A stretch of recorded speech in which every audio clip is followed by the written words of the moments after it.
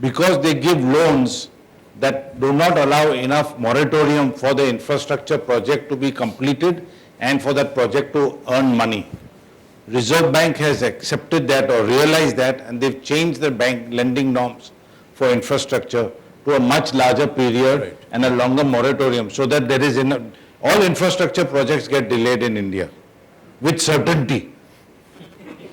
Okay, there's no uncertainty. The quantum of delay is uncertain, but that there will be a delay, we know it. So the banking system has caused the problem by having tough repayment norms and also the interest payment norms. Those are now with I think about a month ago, RBI has changed that. Just 3 months. And they've come to terms with reality.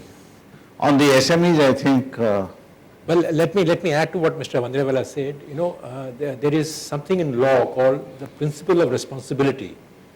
And I think that must apply in all such cases. NPAs is par for the course in banking sector. If banks lend, there are bound to be NPAs, because some loans will go bad. But the question is the principle of responsibility being followed? And I think the principle of responsibility is followed, and no exoneration of the crime committed by somebody at some point, either the bank or the industry. I think our problem, banking problem, emanates from that lack of responsibility being fixed on the guys who have played foul. That's the problem, SME sector. I thought MSMEs. MSMEs. I have no like, comments. No comments? No. Last question, the lady. I'm Nivedita Srivastava, and my question, do I move? No, it's The line is a fine. problem. If you can come in, Yeah, sure, I that's can't good. see you because of the light. Yeah. So I'll probably give a background of my question. I've been interacting with probably about 20 students in the last 2 weeks, and they're like they want to persuade their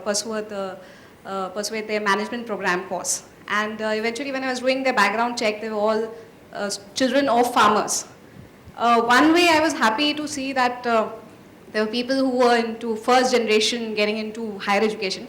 But the other end, I think I was a little surprised and taken aback in the sense that now they wanted to pursue farming as their major profession, and nobody talked about bringing innovation to the fields again.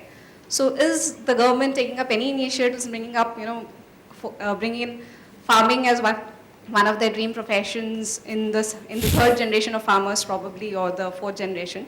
And what kind of incentives could be given to them so that they would actually want to go back to what their fathers and forefathers have been doing? When I asked them that, what do you actually want to do, they were ready to take up jobs in any fields, finance, management, whatever, marketing, anything, but none of them wanted to go back to fields. Yes. So I don't know how this would impact the industrialization in terms of the raw material supply, because most of them were children of farmers producing cotton in Gujarat. So neighboring towns of Hyderabad. So Hopefully the farmer has more than one child, so no, someone will I'm say really surprised that. that- In Gujarat, MBA means mane baddu avre. yeah. So they obviously want to do it. I know everything. In Gujarat, MBA, mane baddu avre. Yeah, so I mean, even going back to, yeah. He digested that. Okay. Yeah. Professor Raghunath, would you like to respond to this?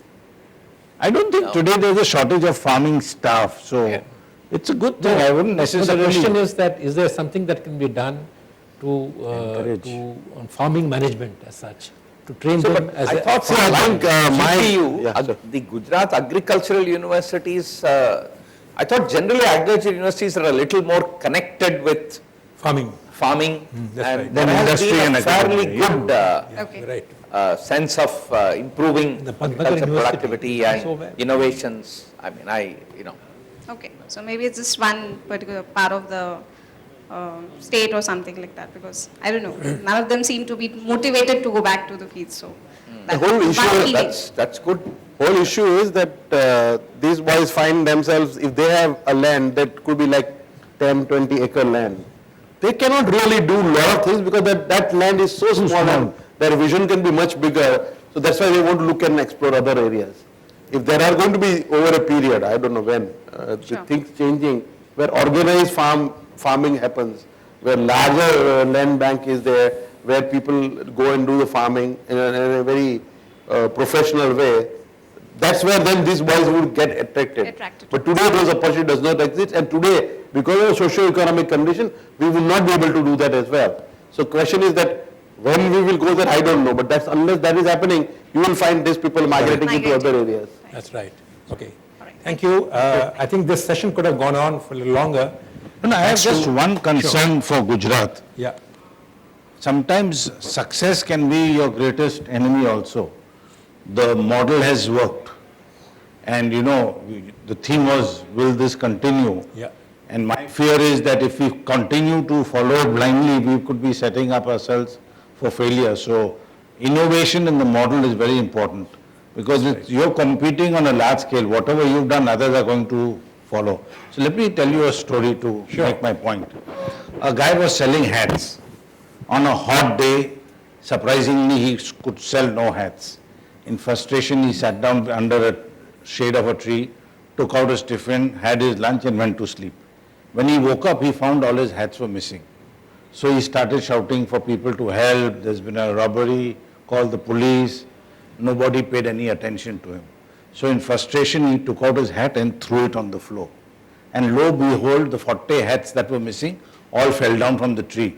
There were 40 monkeys who had stolen one hat each. So he went home and told this story to his children. His children told them to theirs.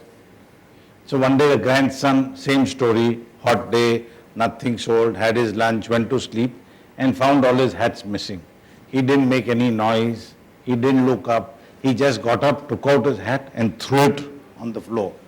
Nothing happened. One monkey jumped down, gave him one slap and told him, you think only you had a grandfather? So we can't repeat our what worked yesterday won't work tomorrow. That's my Fantastic. I think there's nothing could be better than this story to end this discussion. And I think, and as I said, this could have gone on a little longer, but we have lunch waiting for us. And thanks to each of our panelists with their incisive comments and interventions, this was possible. And now I would invite my colleague, Mr. Sachin Fansikar, to come on the stage and present vote of thanks. Sachin. Thanks again. On behalf of Business Standard, I thank Mr. Firdaus Mandrewala, Mr. Pankaj Patel, Mr. Amit Patel, Mr. Sunil Parekh, and Professor G. Raghuram for a very interesting discussion on Gujarat's growth story. In a short span of time, most of the issues facing the state are well covered, with the stories, of course, by the panelists, and sure to be a good read for the Business Standard readers tomorrow. I also thank State Bank of India for sponsoring the event. Without their support, this event wouldn't have taken place. I also thank ONGC, our associate sponsor, for partnering this event. I now invite my colleague, Ms. Sangeeta, to hand over the token of appreciation to the panelist.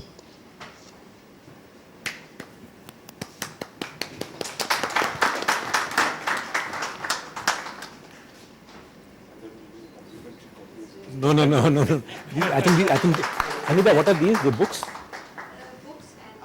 Okay, that's it. Book and a memento. Okay, yeah.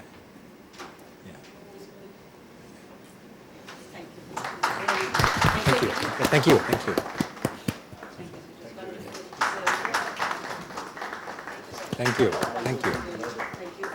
Thank you, Sangeeta. May I now invite all the guests to join us over the lunch, please. Thank you.